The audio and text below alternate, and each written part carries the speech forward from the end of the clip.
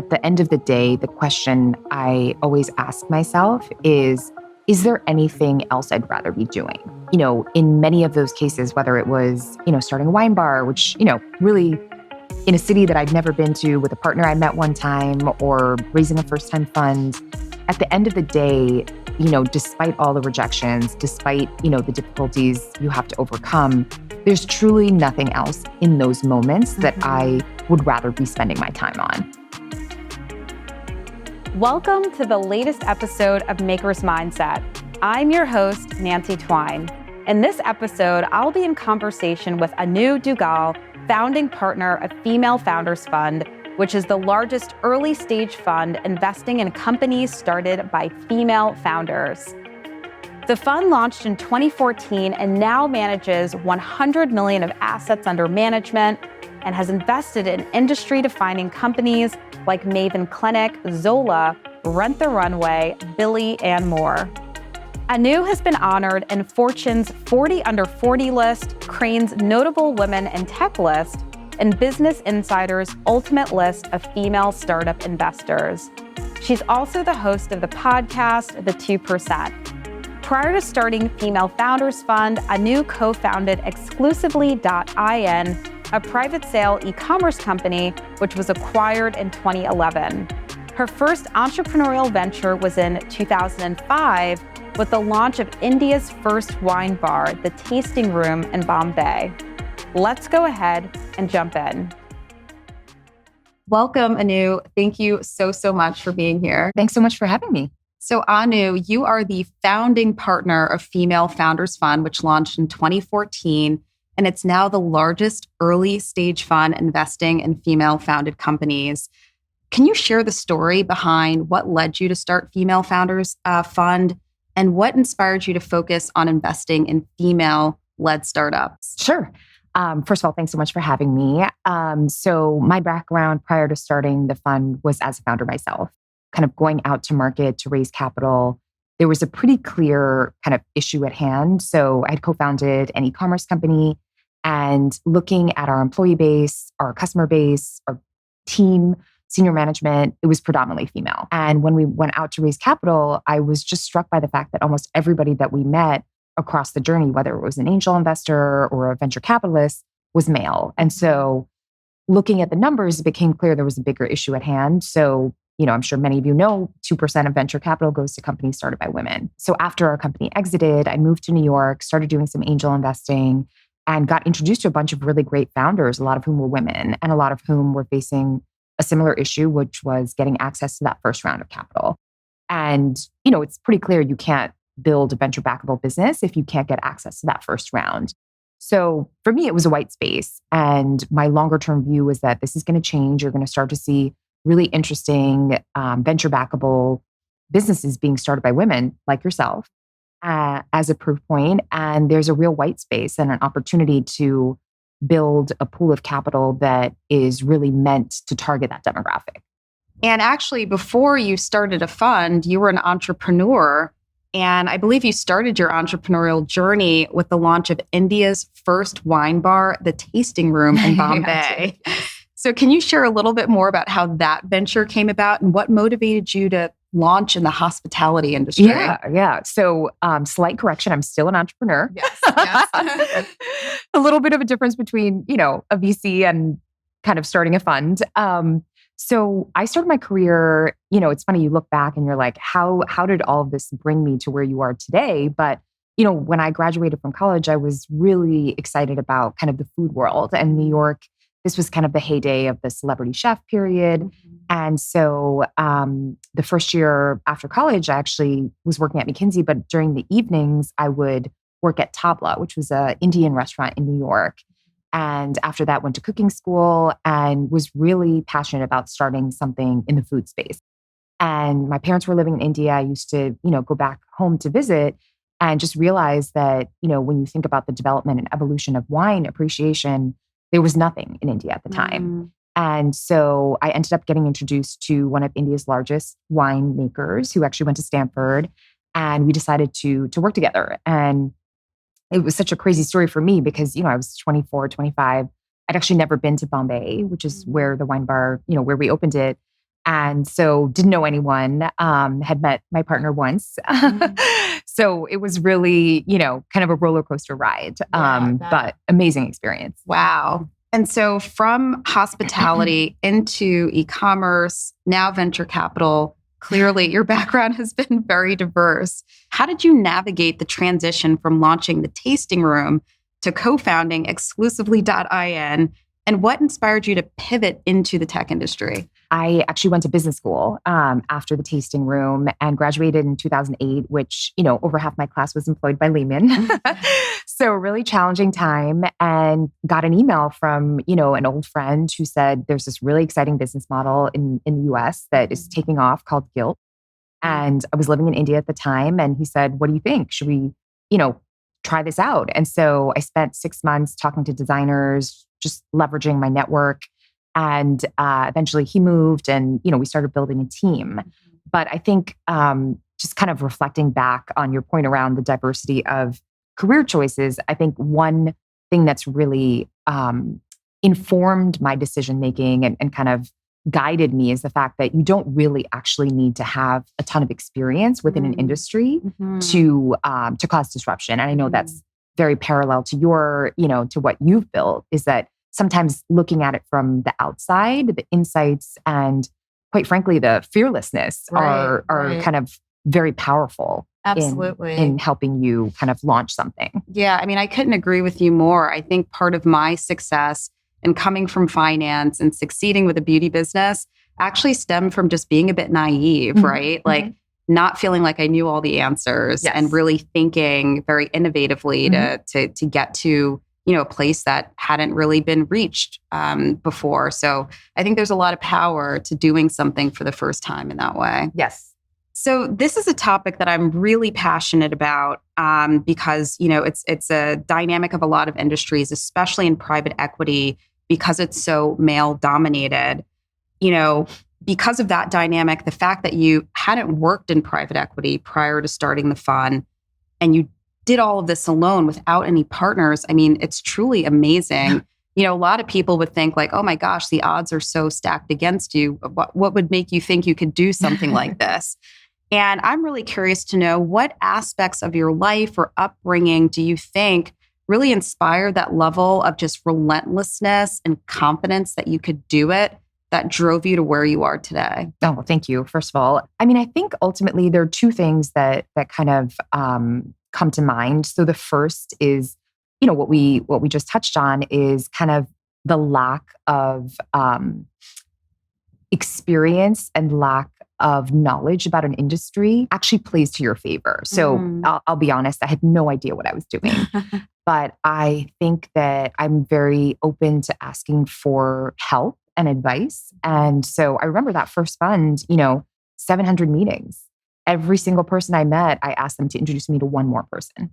And so, developing that network and ultimately finding people that were real believers was really what kept me going. And I think when I look across my career, one kind of common theme is also sales, which, that word sounds not great, but ultimately it's, you have to be not afraid of rejection. And I think just having that, that sense of, persistence and resilience that I think has been incredibly valuable. Absolutely. And I love that parallel to sales because all the sales people I know are extremely resilient because you've got to keep pressing on despite hearing all the no's constantly. So that's super interesting. Obviously investing, being an entrepreneur, and inherently that all involves risk, right? How do you approach finding the right balance between taking calculated risks and ensuring that your sub-investors are, getting those returns that they hope for, both from a female founders fund perspective, but also some of the startups that you personally invest in? Yeah. So, I mean, when I think about what we're building with the fund, we are trying to do more than just return capital. We're trying to really move an industry forward. And so I always put a little bit of extra pressure on our founders saying that, you're winning not just for yourself or for the fund, you're really trying to help create a movement that is so overdue in this industry. And so So I think, with that lens, seed investing, when you think about the ratios of success, historically, you have 33% of your companies that will shut down, 33% that will return, the capital that you put in, and the remainder that will really generate the majority of the returns. And so often we're investing in just people, in an individual or a team. And, I remember meeting Kate from Maven, and this was pre-launch. The company's now valued at 1.35 billion. And to me, it was her resilience. Yeah. She was a journalist. Wow. She had zero experience in digital health or healthcare generally. And she was so passionate, and her ability to, again, attract people that I would have never imagined would be, in her network and community from those early days was really compelling. And, now having 3 kids under 6, managing 600 employees. It's incredible, but it's a testament to what we saw in those early days, which is her commitment to really changing healthcare for women. Yeah, it's really phenomenal. And I think it's just so inspiring. I feel like we could probably do a whole series on women who have transitioned into new industries and who have done incredible things. And I think for me, that's one of the top questions that I get from a lot of aspiring entrepreneurs that sometimes get in their head about, can I really do it if I've never done it before? And there's so many incredible proof points of people who have. Yeah. You talked a little bit earlier about the power of networking, which I am a huge believer in also, because, both as an entrepreneur, as an investor, it's so essential for just unlocking opportunities. And I think that you are probably one of the more impressive networkers that I've met. You're so generous about your time, connecting other people. And how do you cultivate network when you have so many things going on? And how do you, really invest in those relationships so that they, create those meaningful opportunities?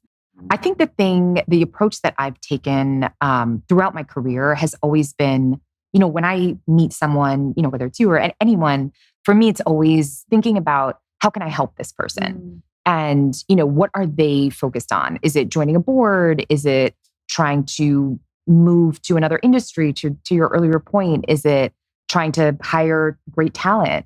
And so I think that approach, which, to me is just kind of core to who I am, has really helped me kind of build that network in a very authentic way. I think that term network, for better or worse, has some level of negative connotation. But I think when you come at it from a place of genuinely wanting to help and leverage, the people that to make an impact on someone's life, I've just found that comes back in spades. Yeah. And I think that's a really important point to note, because I think people who are successful at building community and networks really view it as a two-way relationship, right? It's not just about what you get out of it, but it's what you put into it and how you can leverage your resources to help other people too. Yes, yeah, absolutely. Yeah. So I want to switch gears a little bit, because this is a topic I'm really passionate about, especially for women, busy women that are building businesses. I found that creating space for health, fitness, wellness is so essential to helping me be on my top game. And I want to know your thoughts on that, and how do you cultivate wellness within, a very busy and hectic lifestyle? Yeah. I would say there's a couple things that I do that kind of either I find as a way to relax or turn off or just to kind of, get away and find a source of rejuvenation. So kind of on a weekly basis, for me, taking salt baths is an incredible way to kind of unwind and just kind of get a good night's sleep, especially after a stressful day. The other thing that I have recently started, which has been incredibly fulfilling, is gardening, which I'm very passionate about. Actually was just at the flower market yesterday and did, repotted all my plants. So I do think that working with your hands, there's just something very, basic, but also rewarding about it. Yeah. And I wish, more people, it's so easy, it's so affordable, and it just brings so much joy. So that's definitely something that I do. And then, living in New York, every morning I walk to work, and it's actually, often where some of my best ideas come from, where, I'm just totally disconnected and thinking about my day ahead. And So those are a couple of things I do. So obviously, over the past few years, there's been a lot of progress towards inclusivity, diversity within the funding landscape. But with where we are today, what further changes or developments do you hope to see in terms of gender diversity and inclusion within entrepreneurship and venture capitalism? Yeah, so I think within venture capital, when you look at kind of the top of the stack, where does the actual capital come from?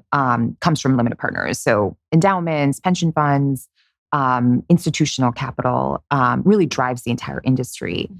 And so I think that there needs to be just a stronger push, to kind of move the industry forward and more kind of flexible and innovative thinking around the fact that you just can't have another generation of funds where everyone looks the same. And so there's only one place where that pressure can come from, which is from the top.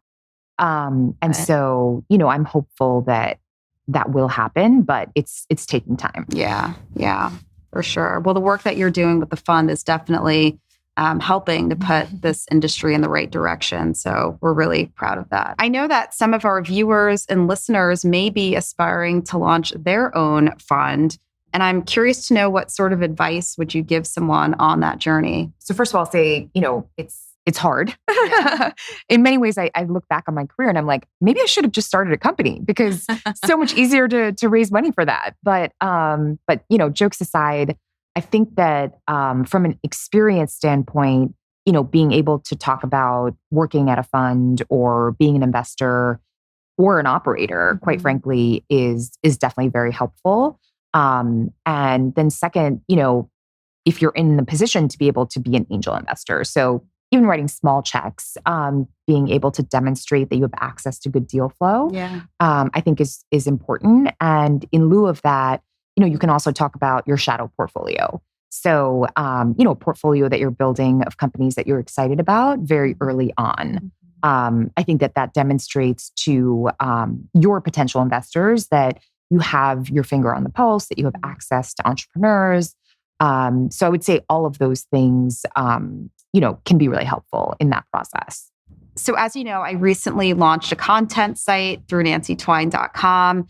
And one of the topics that we get a lot of engagement with is around like cultivating a growth mindset, which I think is so essential for anyone who's building something to have, because ultimately you're going to face so many challenges and setbacks, and it's all about how you bounce back. And obviously you've had so many experiences where I'm sure like the challenges and setbacks may have gotten overwhelming at times. And like, how do you reset yourself and how do you sort of rebuild that motivation to just keep going? I think for me, at the end of the day, the question I always ask myself is there anything else I'd rather be doing? In many of those cases, whether it was, starting a wine bar, which, really in a city that I'd never been to with a partner I met one time, or raising a first-time fund, at the end of the day, despite all the rejections, despite, the difficulties you have to overcome, there's truly nothing else in those moments that I would rather be spending my time on. And so I think that attitude has, and just asking myself that question, that this is really hard, but, if given the choice of working, in a more corporate job or giving it all up and, trying to do something else, the answer also always for me was to keep going.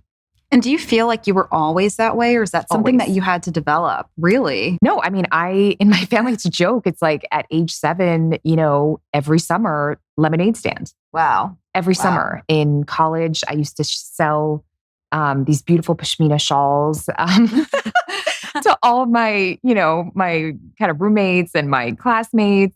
I was always selling something. It's so funny. Like we are so similar in that way. And I do think it's like one of those early signs that you do have that like entrepreneur just in your spirit.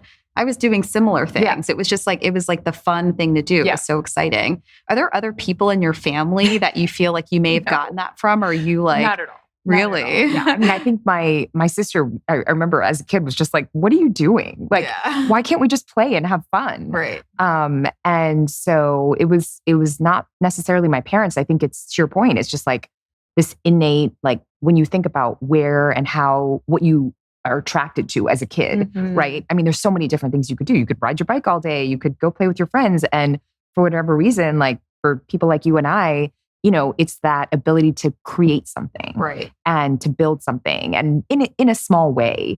But it's still, I think, such a reflection looking back on actually who you are. Completely.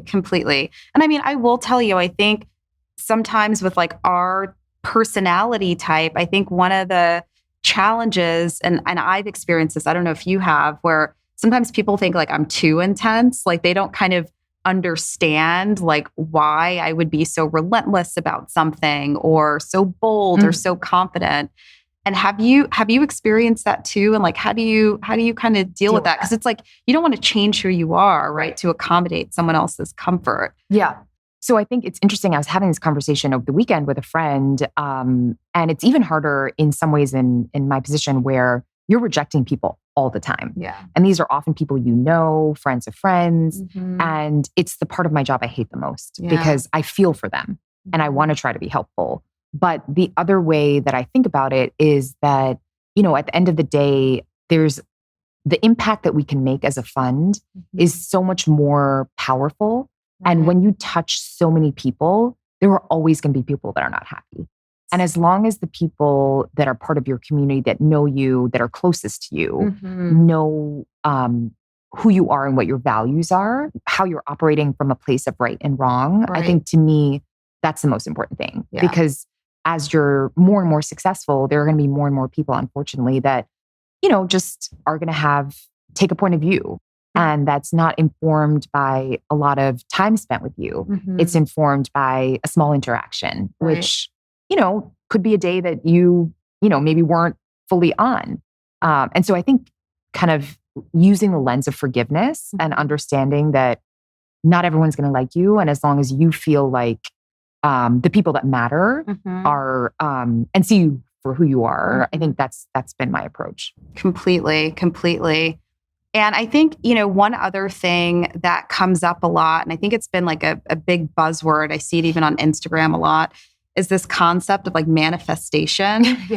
And I'm just curious to know your thoughts on the word. I personally believe in manifestation. I think anyone can manifest, but I think sometimes people have an easier time manifesting because they have the inherent traits to do so, which are some of the things that we talked about, right? It's like having a vision, being relentless, continuing to chase it, even when doubts come into play. And so how do you think about that word? Or do you think it's just a bunch of fluff? It's interesting. When I look back, there was no point in time when I ever said to myself, I really want to run a venture capital fund. That was not, my kind of, I want to be an astronaut or, whatever you grow up with. So I think for me, it's a powerful word, but it hasn't necessarily guided my career in the sense that, I never really said, okay, I'm going to sit down and manifest that, our next fund will be X size. Right. It's more been just to your point, like the relentlessness of like, just keep going because you're going to get to it at a certain point. But I think for me, it's been more about, things will work out. Right. And you just have to keep going to get there. Exactly. And I think, for me, kind of the concept of manifestation has been like having a very clear vision, right? Sticking to it, but knowing that sometimes you're going to have to pivot because the world changes. But again, it's that consistency over time. And I think where a lot of people get stuck is they're either missing the vision piece. It's not very clear. So their actions aren't really guiding towards something meaningful. Or, again, it's just falling off course when you start to meet those, different roadblocks. No, absolutely. And you've had such an incredible career. You've done so much. And I know you're still working on some incredible things, but you also have to be thinking about the future. What does the future look like for you? Yeah, I mean, it's a good question. And, next year will be 10 years of Female Founders Fund. Congrats. Thanks. I feel like I'm in somewhat of a unique position where, as an entrepreneur, you're always thinking about what is your next thing. I think for me, I am incredibly grateful to be in a position where there's nothing else I want to do. We're really in this unique position of being able to do so many things at the same time. So really trying to move an industry forward, being able to think about, what direction the world is moving in, being able to work with incredible women, being able to, not only build, but also kind of nurture and cultivate this incredible ecosystem that every year grows bigger. And, you spoke at one of our events. So all of that work is really fulfilling. I think for me, as an entrepreneur, I'm always thinking about, I think we talked about this as well, what are the other kind of side projects or things once the fund is at a more stable place that I can get involved in. And I think for me, the next 10 years will be really being able to leverage that network and thinking about, other areas that I'm interested in to kind of expand into. Well, that's really, really, really exciting. We're going to pivot to one of my favorite parts of this series, which is 5 fire facts. So I'm going to ask you a few questions and whatever comes to mind. This is just a way for our audience to get to know you on a deeper level and a more fun level. All right. First up, favorite wellness modality. So actually, I'm gonna give you 2. Okay. So one is weights, which is new for me, and the second is cold plunge. Oh, cold plunge. Oh my gosh. I have not been able to. It's just too intense for me. Yeah, I love it. Have you noticed a difference? It's just the feeling afterwards is just, it makes my whole day start off in a different way. Wow. I've got to get the courage up to do that for sure. All right. Up next, favorite travel destination. South of France. Love South of France. Last book you read. Covenant of Water by Abraham Varghese. Best productivity hack. Very basic, but my morning to-do list. Very important. Just helps me focus on exactly what I need to get done without being, we all get distracted. Yeah, completely. All right, last, favorite mantra or affirmation. This too shall pass. Very, very true. Well, Anu, this was incredible. I'm so glad that we got this time together. Your story is so inspiring, and I'm just rooting for you in such a big way. You were changing the game in so many ways, and I think our audience and community are going to get so much value from learning about your story and how you got to where you are today. Thank you so much for having me. Thank you.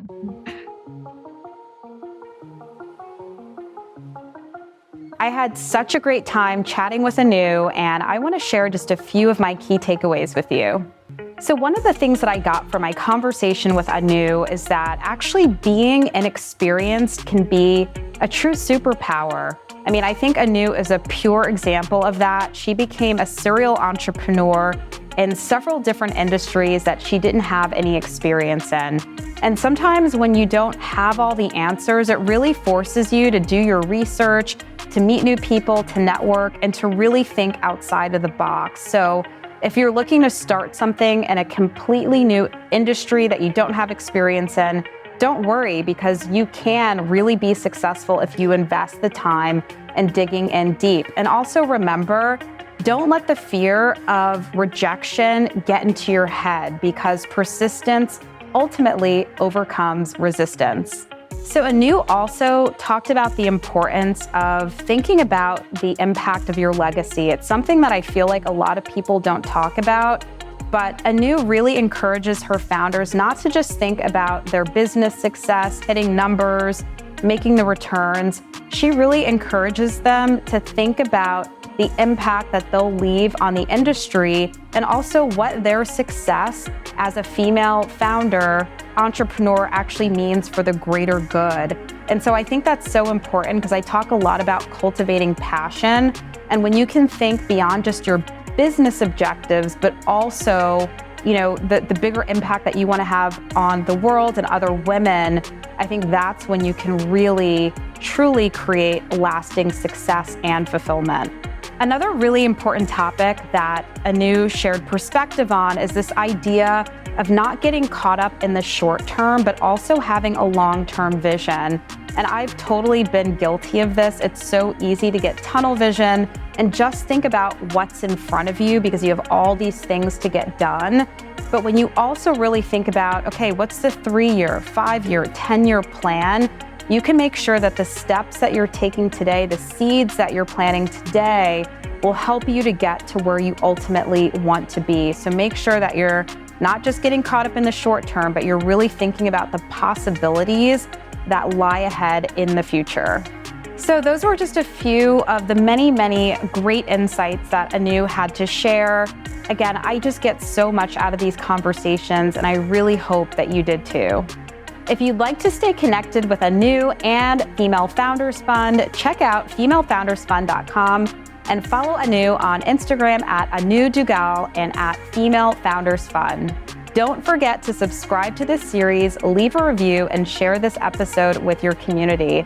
And you can follow us at Makers Mindset Podcast on Instagram and at The Makers Mindset on TikTok and YouTube. You can also follow me directly at Nancy Twine on Instagram and read more from me at nancytwine.com.